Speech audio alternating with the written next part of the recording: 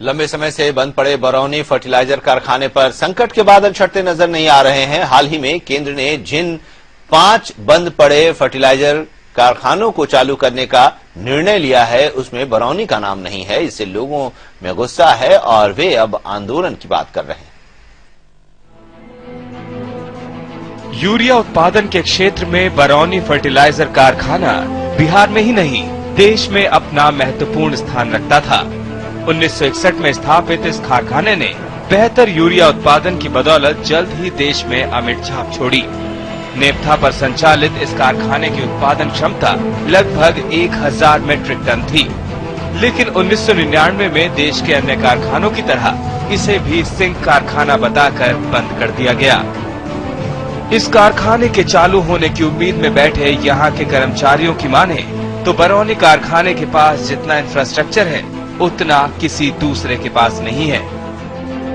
जब बंद हुआ था ना, उसी समय था कि बरौनी चलना होगा तो सबसे पहले बरौनी ही चलेगा, चलना ही है। बरौनी का जमीन अपना है, इसलिए यही चलेगा।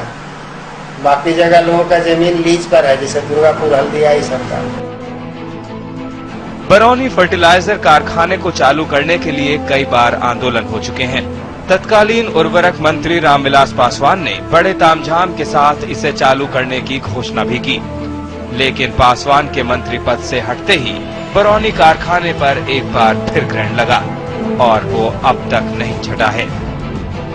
हम कम्युनिस्ट पार्टी के लोग भी इसको जन आंदोलन का विषय बनाएंगे, किसानों को संगठित करके, और प्रयास करेंगे कि ट्रेड यूनियन और किसान, साथ ही अन्य राजनीतिक दल जो विकास में विश्वास रखते हैं और बेगूसराय बरौनी औद्योगिक नगरी को बचाने में का बात करते हैं, वो सभी सहयोग करें।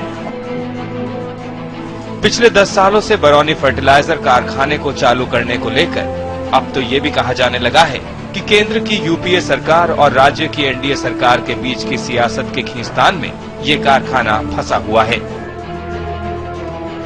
फर्टिलाइजर बंद हुए, जिस वर्तमान सरकार की आज परिस्थिति के कारण यह बंद है, और इससे आम जनमानस, पूरा जिला ही नहीं, पूरा बिहार ही नहीं, इससे पूरा देश प्रभावित हो रहा है।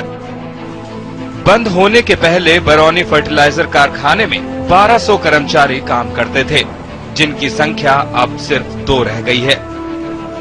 इसके अलावा अस्थायी मजदूरों और कर्मचारियों की संख्या हजारों में है। सभी टकटकी लगाए बैठे हैं कि शीघ्र ये कारखाना खुले और उनका भरण पोषण हो। देश के औद्योगिक नक्शे पर बरौनी फर्टिलाइजर कारखाना एक बार फिर अपनी महत्वपूर्ण उपस्थिति दर्ज कराए। मनोहर कुमार, सहारा समय, बरौनी।